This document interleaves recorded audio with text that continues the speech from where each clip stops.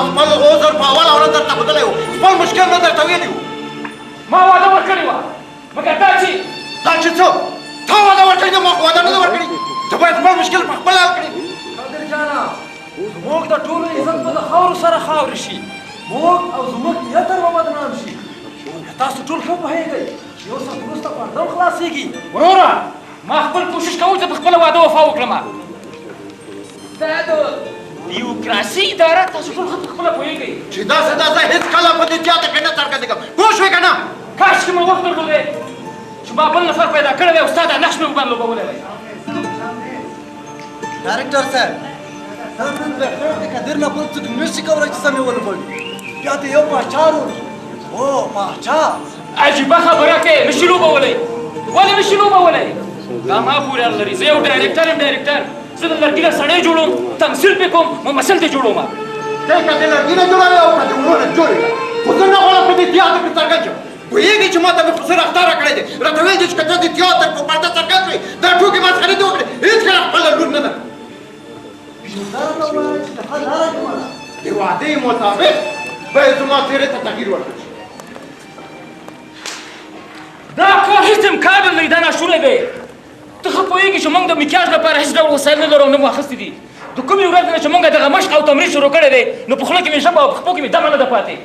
د مای په څه چې داسې زه در نه لاړم د خدای په امان او قادره د خدای په لحاظ دا کار ونه کړي دې کې زموږ او ستاسو د عزت سوال دی په شرمو شرمېږو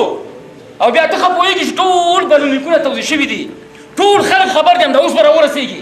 که زه ستا د عزت خیال وساتم خو د ما خپل عزت د خاورو سره خاورې کېږي ته پوهېږې چې خسر مې راته وایي که ته د سټیج په پرده څرګند کړې دا ټوکې مسخرې دې وکړې خپله د لور کوژده ستا سره پڅه کوم هغه نه غواړي ما ته خپله لور راکړي زه څه وکړم که چیرې دغه د تمثیل مسلک مسخره بازي وی ټوکې وی مسخرې وی نو بیا تا ولې دغه فاکولته لوسته دا د دې لپاره چې ما غوښتل که زه د تیاتر ممثل شم نو په دې خلکو کې به زما قدر او عزت وي خو زه څه خبر وم چې دا خلک ما ته د یو مسخره د یوه ټوکې په سترګې ګوري قادر جانا تا رښتیا خبره وکړه بلکل د رښتیا خبره وکړه ما په یو وزارت کې کار درلودو سکرتر راته وویل وزیر صاحب ته څه وایم چې څوک راغلی ما ورته وویل ورشه ورته ووایه چې عبدالرؤف نرمن راغلی غواړي ستاسو سره لیدنه وکړي سکرتر یې لاړو ورته شېبې وروسته بېرته راغی ما ته اجازه راکړه وزیر صاحب ته ورغلو وزیر صاحب راپورته شو زما ډېر تود هرکلی وکړو همدغه شانې په غېږ کې ونیو په یو مخ او په بل مخ یې ښکل کړو د هغه نه وروسته یې په چوکۍ کې کېنولو ښه تاسو پوهېږئ څه یې راته ویل څه یې درته ویل راته ویل ستا لهجه ښکندرۍ نه ده ته خو د پکتیوالو په ژبه خبرې کوې ما ورته ویل هو زه د پکتیوالو په ژبه خبرې کوم وایي راته ویل ستا سندرې او ډېر مې اورېدلی دي عبدالرؤف خندرۍ تاسو ورته ووایه ما ورته وویل زه عبدالرؤف خندرۍ نه یم زه عبدالرؤف د تیاتر هنرمند یعنې لوبغاړی یم په دې وخت کې د جناب علیصاحب سره اړیکه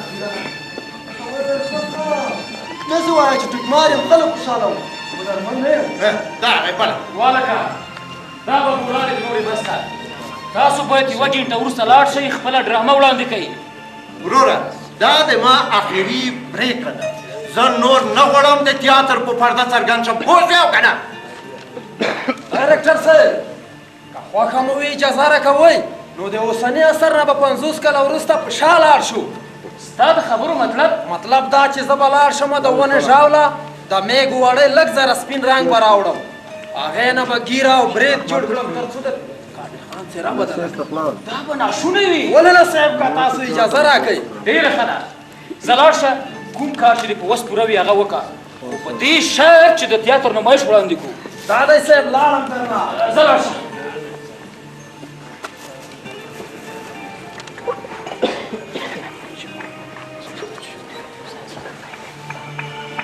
خسر مې د ورایه وګوري دا د ما سترګه خو د ورایه هم پېژني باید یو جوړ عینکې هم ولرم که څه په سترګې کې مو خسر مې ونه پېژني ډایرکټر صاحب یو جوړ عینکې هم پیدا کړي راشه دا به بولانې مو ستا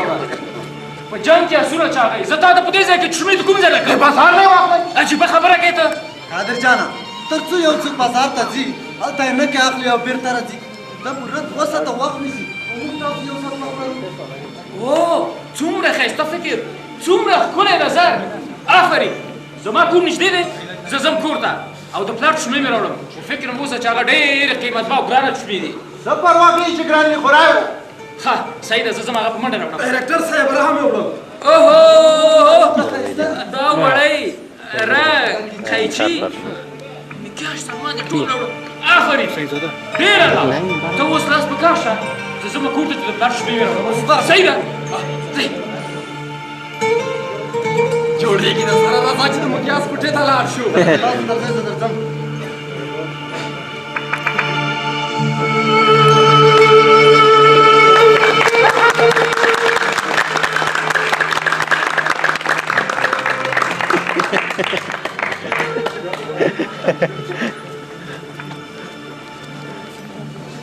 یاره بچی ته خو ډېر خبر ښکارې څه خبره ده نه هېڅ خبره هم نشته زه د سهار راهیسې درته ګورم زړه دې د غم لوخړې پرتې دي او ته وایې هېڅ خبره نه ده چې رښتیا درته ووایم زه دلته یم فکر مې ټول کور کې دی نه پوهېږم چې زما په راتګ سره په کور کې څه حال وي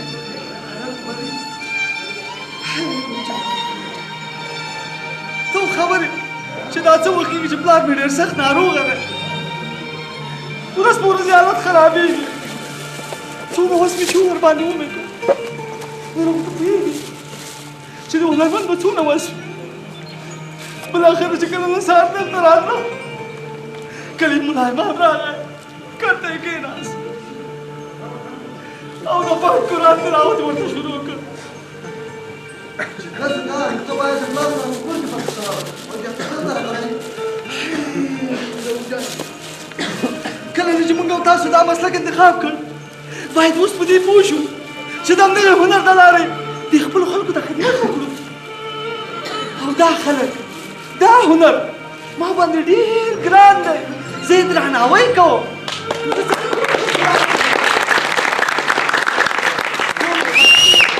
کوم هېواد دا خلک همدا خلک چې موږ ته د ټوکمارو په سترګه ګوري همدا خلک دي چې زموږ مسلک لوبې وایي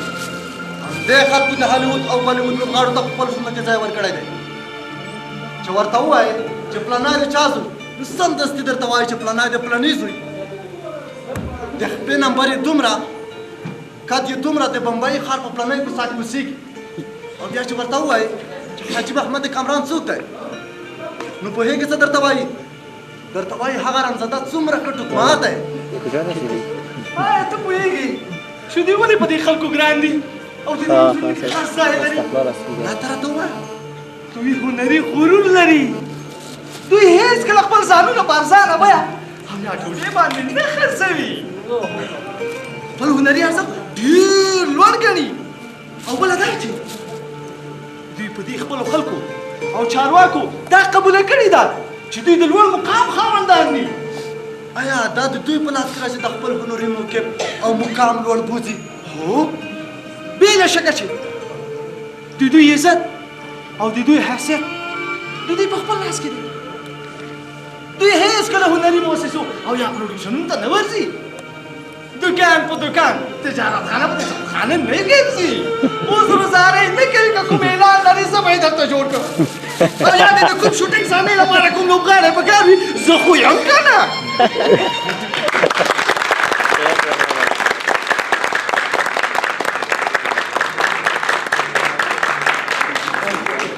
په تعصب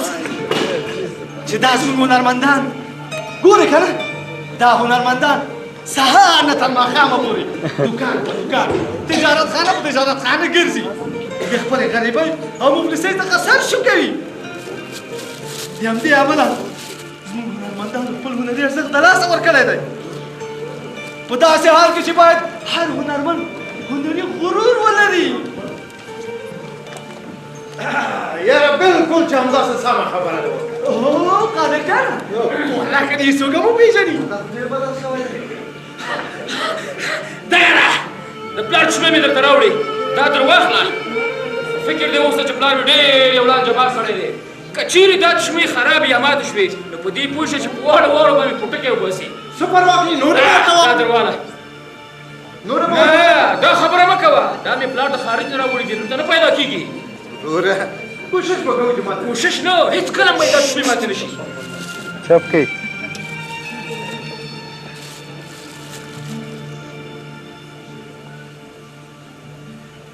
دا خو دومره سخته ضربیني دي وروره چې سر مې راته ګنګ کړو چاره یې نشته ده اوس په دې باندې ګزاره وکړه خیر ده داسې نه شي چې بیا اوهو وخت هم پوره دی ټول خلک به راغلي وي تالار به هم ډک وي تاسو تیار یاستئ ځئ چې ځو تیار یاستئ ځئ چې ځو ځئ ځئ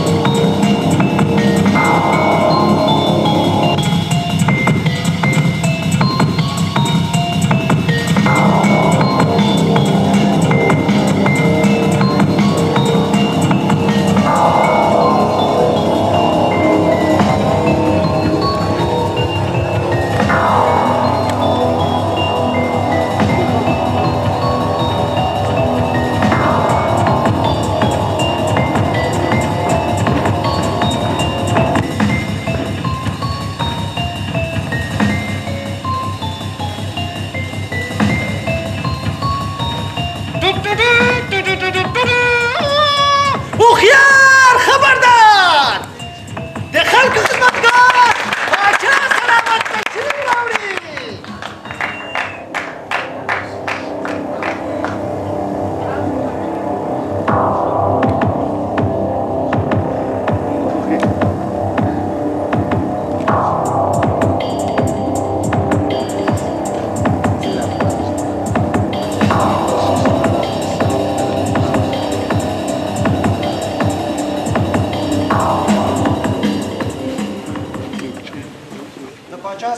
اجازه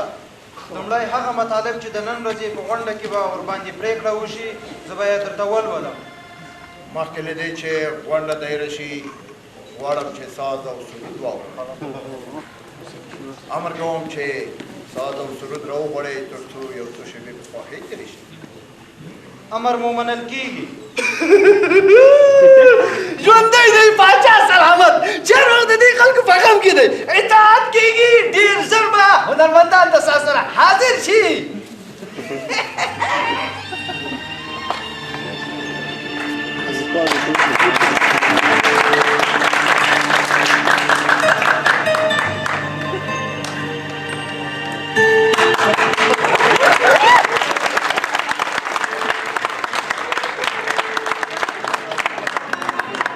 زیادہ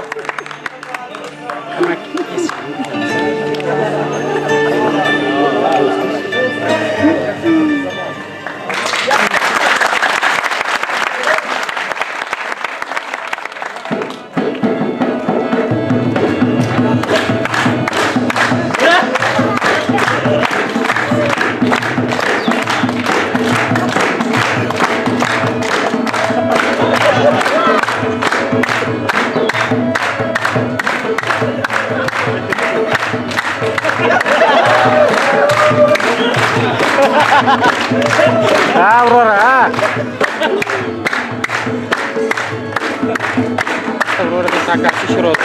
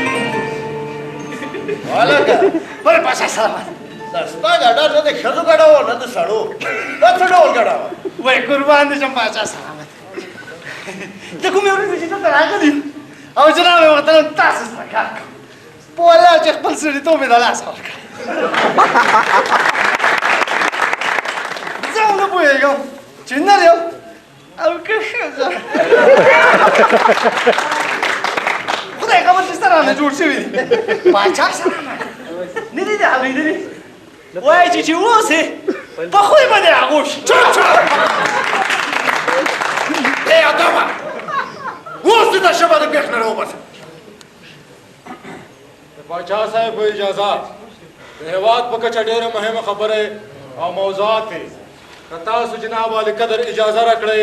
چې واورول شي. مهرباني. په دې صورت کې منشي ته هدایت ورکول کېږي هغه موضوعات چې مهم دي لغه ورکولو نه وروسته ورباندې پرېکړه وشي او نننۍ غونډې ته یې واوروي. مهرباني. د حاجي قدر پاچا صاحب او د کابینې د غړو په اجازه د هغې دقیق خبرتیا له مخې په داسې حال کې چې شواهد هم موجود دي د ګلریز ولایت والي صاحب دولتي عواید د مالیې او ښاروالۍ له درکه راټول کړي او دا عواید یا د ولایت په بیا رغونه ښوونه او روزنه کې مصرف کړي. د ولایت خلک ډېر ترې خوشحاله دي والی صاحب د خلکو په زړونو کې ځای نیولی باید محترم والی صاحب د دربار لخوا وستایل شي.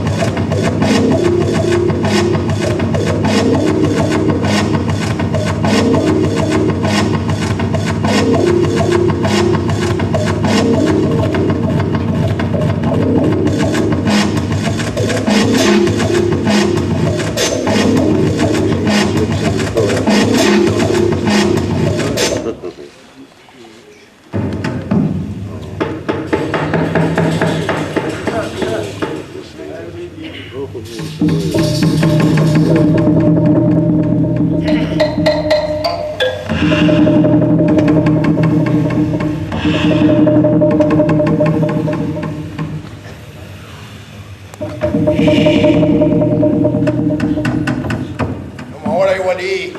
باید اجازات کړل شي. هغه په دې معنی چې دی په خپل صلاحیت دولتي عواید په مصرف رسوي. دی د مالیې راټولولو او د ښاروالۍ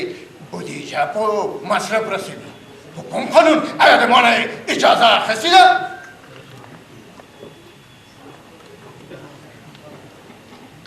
د علي قدر باچا څخه په بخښنې سره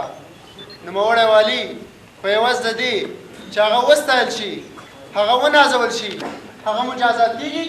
بله بله،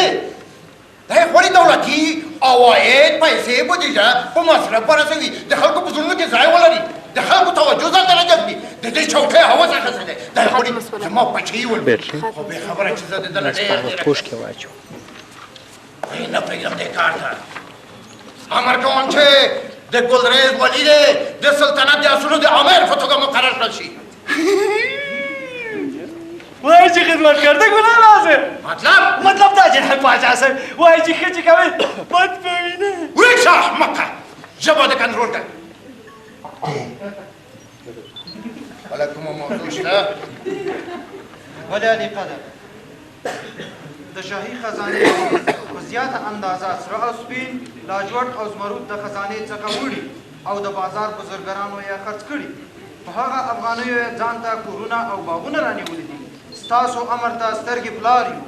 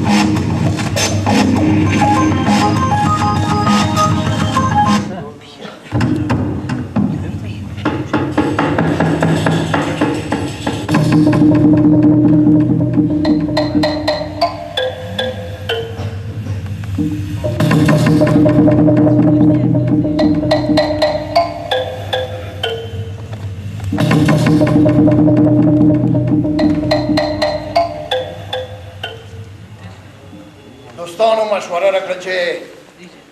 نوموړی د خزانې رئیس دا جرأت چې د خزانې څخه د سره او سپین زر لاجورد او زمرد یوسي ځان ته د باغونه پرې واخلي دا د ستایلو وړ ده باید دا یې تقدیر کړل شي چې څومره جرأت یې کړی دی او په دومره جرأت سره یې د خزانې څخه دومره مال ایستلی دی امر کوم چې نوموړی د خزانې رئیس دی د ټولو خزانو د وزیر په توګه مقرر کړل شي وای چې پوشو په غوښه باندې پیره داره چپ شه مکه څو واره مې درته ویل چې مه غږېږه پاچا سلامت رحم وکړه بیا به داسې نه کېږي وځه د دربار نه پاچا سلامت رحم وکړه بیا به داسې نه کېږي پاچا رحم وکړه وایم نور نه غواړم په دربار کې اوسېږي ورځه وځه ولاړ شه رحم وکړه پاچا سر له سبا نه د جیل د امیر په توګه مقرر یې ورځه څه شی د جیل د امیر په توګه ولې پاچا سلامت هلته خو ډېر خطرناکه غلو انسان وژونکي خلک دي زه به څنګه د انسان مال کوم ښه به شي پاچا سلامت رحم وکړه پاچا سلامت رحم وکړه پاچا سلامت رحم وکړه پاچا سلامت رحم وکړه پاچا سلامت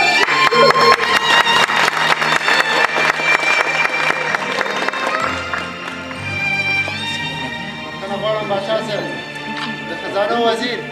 د کار خاوند دی ډېر تجربه کاره پاک نفسه او صادقه سړی دی د هغه سرنوشت به څنګه شي هغه غواړم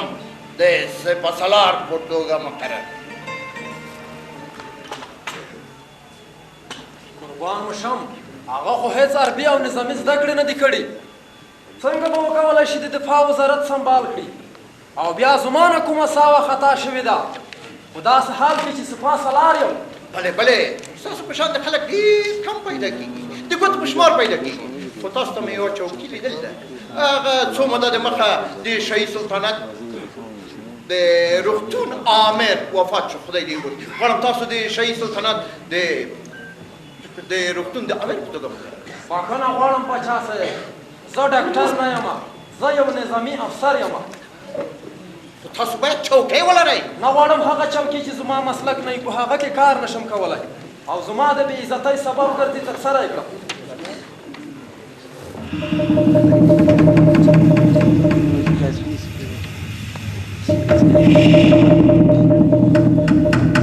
سرود ما د امر نه یې سرغړونه وکړه ته دا جرأت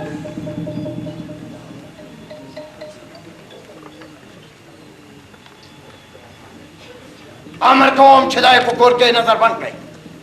سخته جزا ورکړئ د کور نه د باندې باید ونوځي صاحب همداسې به وشي ستاسو امر په سر او سترګو منل کېږي بلې دی باید جزا وګوري نن د سرغړونه وکړه سبا بل هم سرغړونه کوي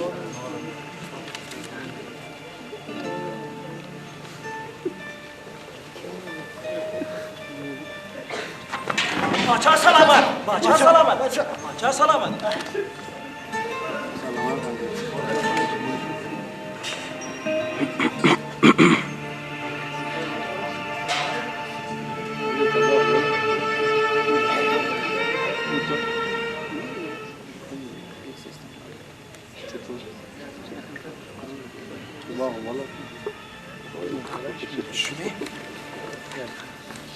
خیر پروانه کی پروانه کی زما د سر صدقه نور به واخلم ساتي خبره ده اوهو په رښتیا دې دا ماته کړې دا ولې زه مې پلار ته څه ځواب ووایم تباه او برباد دې کړم خدای دې تباه او برباد کړه دا دې څه وکړل ته څوک یې بې له اجازې زما سلطنت ته راغلی چا دا اجازه درکړې ده احمقه ولې احمقه اوس دومره ووایم چې ته مو وشپاړاست دا په یو پاچا باندې لاس پورته دا ستا د پلار کور نه دی پوه شوې که نه چې دلته په خپل کور کې چغېږې وځه د دربار نه او ته به ورته مې رومه ووایه زر چې د چشمو تامان راکړه که د ستون نه دې راوباسم وژنم دې اوهو خیرت خوره و خیرت خورې د دې چشمو ما تاوان درکړی و دغه چشمې تا راته ویل چې پاچا صاحب زه به ډېرې ښې چشمې درته جوړې کړم خو تا دا نازکې چشمې جوړې کړې دي د دې مې پیسې درکړې دي خیرات خوره زه خیرات خور یم هو ما ته خیرات د خور دې پیسې مې نه وي درکړې راوځه زه تا سره باندې حساب کوم راوځه ته باندې راوځه وله که پیله نه رانو پټې نه رانو څه ته ولاړې ورځه باندې راوځه ورځه یې ما ته پرېږدم ورځه که نه تاسو سر خلک بکلا ته نه شرمېږې بې حیا زمونږ د بچا غاړه څیرې کړه او دا زموږ د باچا بېزتي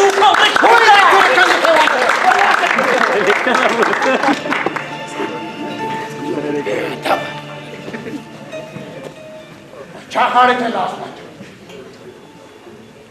زما غاړې ته لاس واچو په داسې حال کې چې د دې چشمو ما تاوان ورکړی د خزانې نه مې پیسې ورکړې دي او دا رقم نه وایي زما د پلار چشمې پلار مې راوړي دي پلار د خدای تباه او برباد ته زه د خدای تباه او برباد د پلار زوی ما ته د کله د شمو لپاره پیسې راکړي وایه دا ته او دا زه خدای دې تا تباه او برباد کړي خدای دې ستا پلار تباه او برباد کړي خوله د سمه خو زه ولګه زه شه د چشمو پیسې راکړه د دې چشمو پیسې ما درکړې د لاس خوشی که کله دې راکړي وایم لاس خوشی که ګوره تا په دې یو بچا باندې لاس دا باچا یې اوس وښیې ما مخکې شه چشمې مې درته راوړو بېغېږي پرته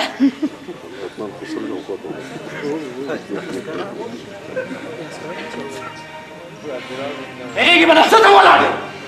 امر کوم چې سره قلم کوي زه د موت په شان ولاړ که نه تاسو سر قلموم بوځئ او ډایرکټر صاحب داسې کوې مشق او تمرین خو داسې نه وه تاسو کومې صحنې ته تغییر ورکړی مونږ ته خو مو ویلې وې که نه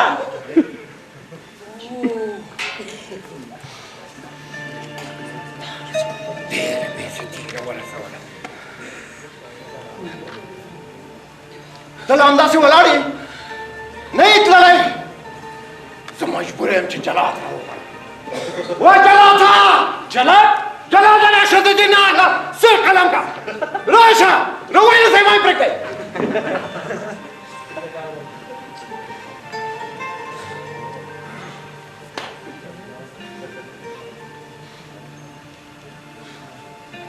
ډېرو مهمو موضوعاتو مو بحث کوو په ډېرو مهمو موضوعاتو غونډه وه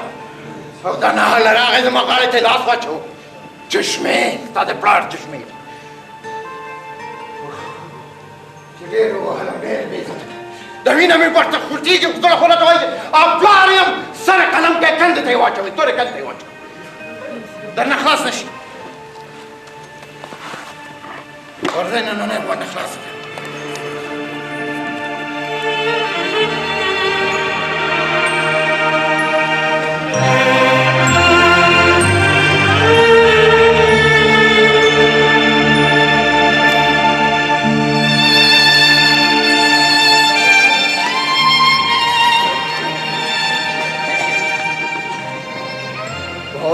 ډېره ستړی کړم ګرم شو زه باید لاړ شم لږ استراحت وکړم کارونه خدای چې د باندې خسر کوي خسر مې دا خو بیا لور نه راکوي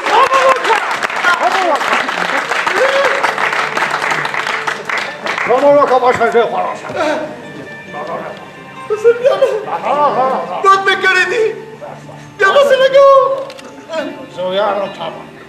چې تا غوندې زوم خدای راکړی رښتیا وایې یو واقعي هنر هغه هنرمند چې هر وخت په صحنه کې د دقت سره کار واخلي او بل څه چې ما اورېدلي وو ټول غلط وو نن مې چې څه واورېدل خو مې لیدل واقعا چې ته هنرمند رښتیا وایې بالکل په دې کې شک نشته چې رښتیا وایم یعنې خسر جانه قربان ریتا خو راګهې که نه مبارک درشه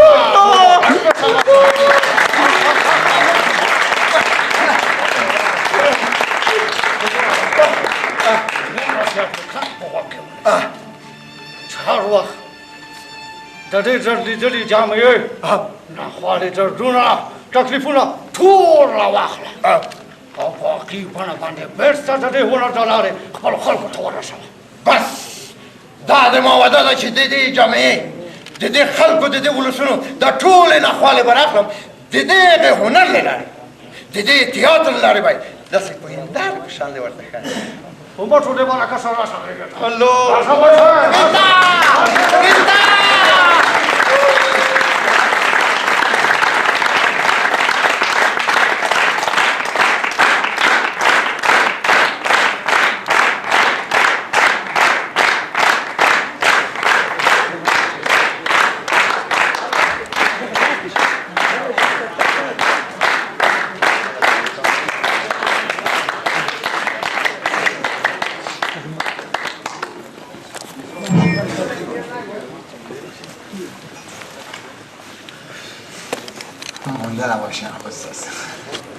خب با افتخار خوستایی صاحب ما کف بزنیم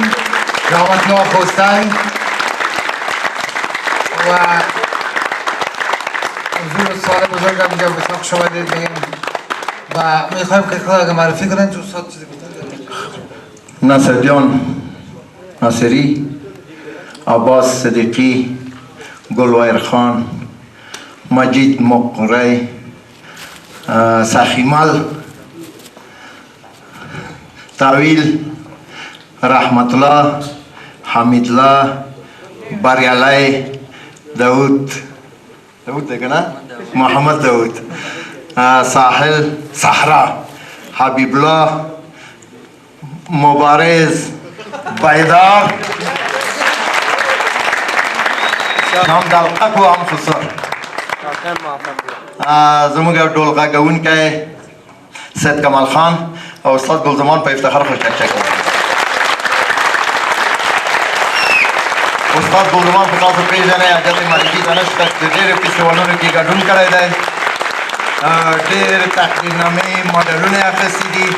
ډېرې ښکلي ښکلي ملي ترانې د وطن لپاره ویل دي دا چې ما د استاد ګلزمان نه غوښتنه وکړه د حاضر شو د ده نه مننه په افتخار بیا ورته وټکوئ او بیا هم زموږ د دلقک په افتخار مبارز بیدار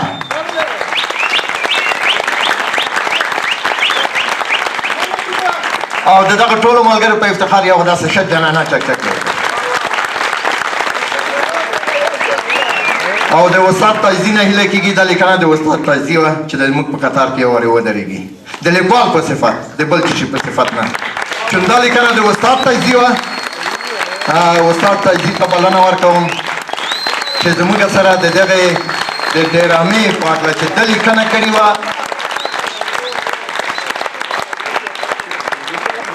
مننه که څه هم ما ګستاخي کړې ده استاد تایزی چې دا لیکنه یې کړې ده کوم تخیل چې ده لرلو کوم څه چې ده غوښتل امکان لري ما 100% هم نه وي پلي کړي امکان لري ما نه وي د ده تخیل ډېر لوړ دی هغه ځای ته زه نشم رسېدی خو کله چې حسین زاده صاحب ما ته زنګ ووهه چې فېسټیوال دی نو زه خبر شم چې استاد تایزي یوه لیکنه کړې ده کمدي و طنزیه همداسې ده که نه ما غوښتنه وکړم ولی استاد دا لیکنه به څنګه شي وی والا ما میخواهیم که اگر شوه ما گفتم استاد خواهش میکنم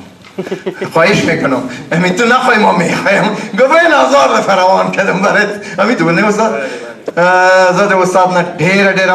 مننه کوم چې ده د ما غوښتنه ومنله او استاد نه په بښنې سره که د موږ نه کومه څه وخت شوي وي غلطي شوي وي هغه څه چې ته یې په ذهن کې لرې او موږ دلته پلي کړي نه وي موږ په خپله بزرګوارۍ سره وبښئ من براتان تبریک میگم نمایش خوب اجرا کردین تشکر از شما تشکر استاد تاسو مننه مننه تاسو ټولو لیدونکو نه که کومه پوښتنه سوال لرئ حاضر یو یو ملت څوک نشي دروازه بند کړئ دروازه بند کړئ دروازه بند کړئ اتن والده دوستان تاسو به ټول کېنئ تاسو ټول کېنئ چا چې اتن نه وي د هغه به نه راپورته کېږي موږ اتن کوو درته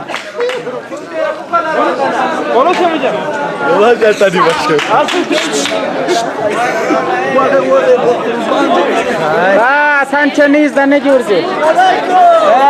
اتن نه وي د هغه به اتن نه کوي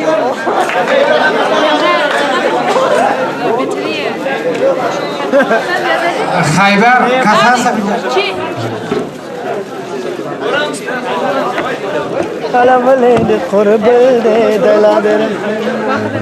دوستای عزیز در ختم وطن اگر که محتوای سراب و باز طرف پانتون و دلایل دیگه موتر نمیرن در ختم وطن خواهش می‌کنم باز به طرف موتر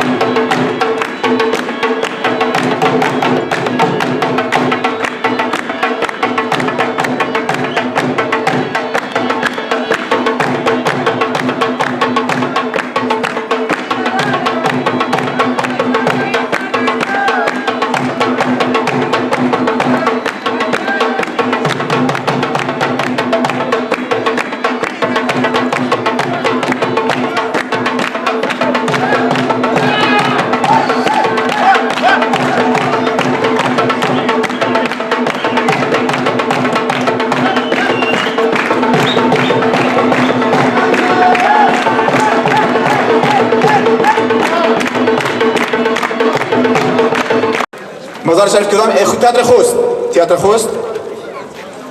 محترم خوزده صاحب اولین کارگردان بخش پشتو در رادیو تلویزیون ملی افغانستان و هنرپیشه تاپ رادیوی بی بی سی مبارک تئاتر ملی قادر فرخ رئیس تئاتر ملی کشور مبارک باشه برای شما و تئاتر در بین تمامی جوانای خود امو وقتم پیشگام بودن ای که آل نیستن وجوهاتش معلوم است خوسته سه مبارک باشد برنده جایزه ششمین فستیوال تئاتر ملی افغانستان بسیار تشکر از جناب استاد حسین زاده بسیار تشکر میکنم که تشریف آوردن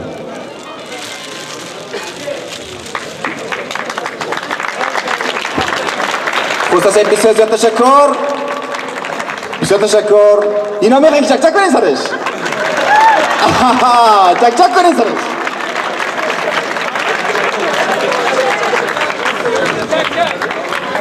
بسیار زیاد تشکر از جناب حسین زاده صاحب استاد پانزه هنر جناب